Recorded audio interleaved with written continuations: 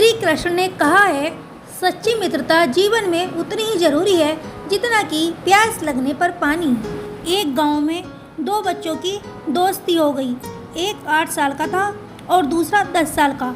दोनों बच्चों की दोस्ती दिन प्रतिदिन मजबूत होती जा रही थी। दोनों साथ में स्कूल पढ़ने के लिए जाते थे, खेलने के लिए जाते थे।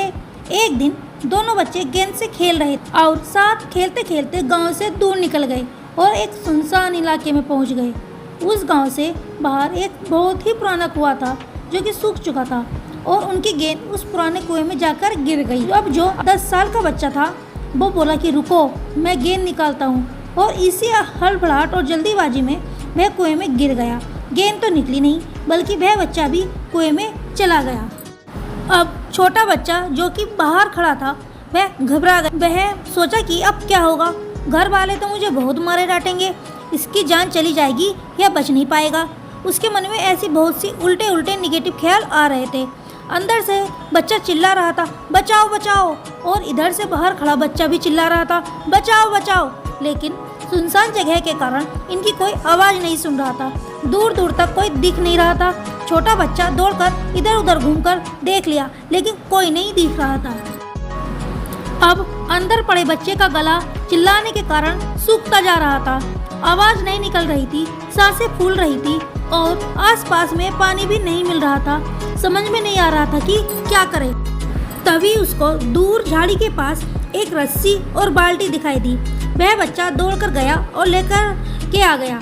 उसने रस्सी से वह बाल्टी बांधी और रस्सी नीचे कुएं में फेंक दी और उस 10 साल के लड़के से कहने लगा कि आ जाओ ऊपर, मैं तुम्हें खींचता हूँ।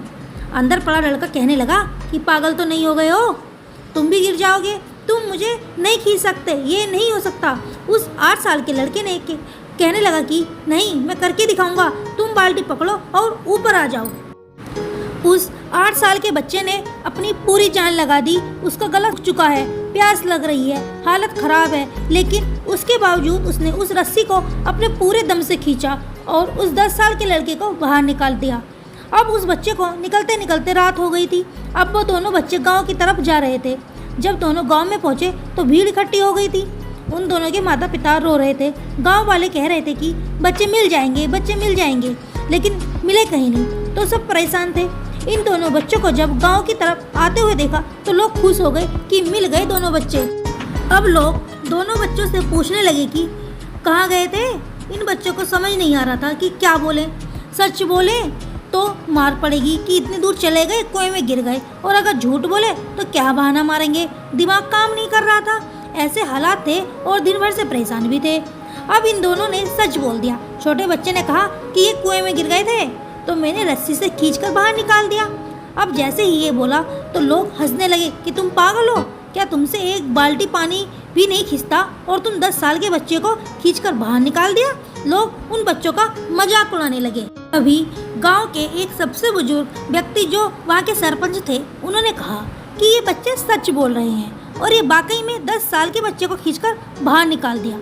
अब इसके 2 कारण हैं। पहली बात तो ये कि इसके पास और कोई विकल्प नहीं था। जो इसे मालूम था कि इसे बाहर नहीं निकाला तो ये मर जाएगा, और दूसरी बात इसके आसपास में कोई ये कहने वाला ही नहीं था कि तुझसे नहीं होगा, इसलिए बच्चे सच बोल रहे हैं। तो दोस्तों, अगर जीवन में आप सक्सेस पाना चाहते हैं तो ये बातें याद रखिएगा। पहले आपके पास कोई ऑप्शन नहीं बचा है, आपको उस काम को करके ही दिखाना है। और दूसरा, जब आपके आसपास के लोग कहने लगे कि तुमसे नहीं होगा तो बहरे बन जाओ और उनकी बातों को मत सुनो। तो दोस्तों, किसी ने खूब कहा, सबसे बड़ा रोग क्या कहेंगे लोग।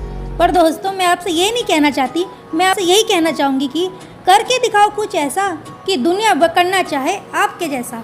हमारी स्टोरी पसंद आई हो तो प्लीज़ हमारे चैनल को लाइक करें, शेयर करें, सब्सक्राइब करें। Thank you.